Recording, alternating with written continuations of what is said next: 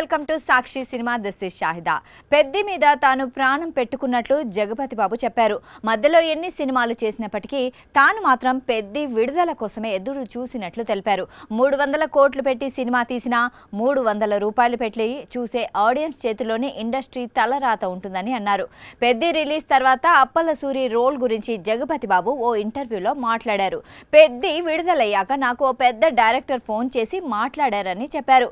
పెద్దిలో మీరు చాలా గొప్ప పాత్ర చేసినా ఎందుకు ఎవరూ గుర్తించట్లేదు? అదే పాత్రను వేరే భాషకు చెందిన నటులు చేసుంటే బాగా హైలైట్ చేసేవారు. వాళ్లకు 20 సినిమాలు ఆఫర్ చేసేవారు. మిమ్మల్ని ఎవరూ పట్టించుకోవట్లేదేంటి అని అన్నారని చెప్పారు. ఏ ఇండస్ట్రీలోనైనా పరభాషా నటులకు ఎక్కువ గౌరవం ఇస్తారని, నేను కన్నడలో చేస్తే అక్కడ బాగా గౌరవిస్తారన్నారు. నేను కూడా పెద్ది రిలీజ్ అయ్యాక బుచ్చిబాబును ఒకటే ప్రశ్న అడిగా. షూటింగ్ అప్పుడు ప్రతి షాట్కి క్లాప్స్ కొట్టారు.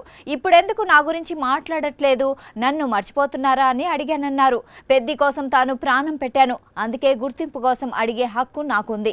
మిగతా సినిమాలకు నేను ఎప్పుడూ ఇలా అడగలేదని అన్నారు.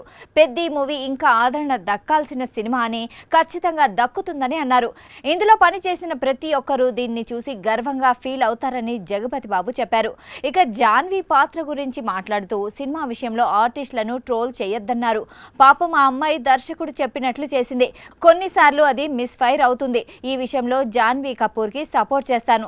తనను వ్యక్తిగతంగా టార్గెట్ చేయొద్దు, ట్రోల్ చేసి మానసికంగా ఇబ్బంది పెట్టొద్దు అని విజ్ఞప్తి చేశారు. సాక్షి టీవీ ప్రసారాలను నిలిపివేయడం చట్టరీత్యా నేరం. సాక్షి టీవీ ప్రసారాల కోసం మీ స్థానిక కేబుల్ ఆపరేటర్ని వెంటనే సంప్రదించండి. డిటిహెచ్లో, ఇంటర్నెట్లో కూడా సాక్షి టీవీ ప్రసారాలను వీక్షించవచ్చు.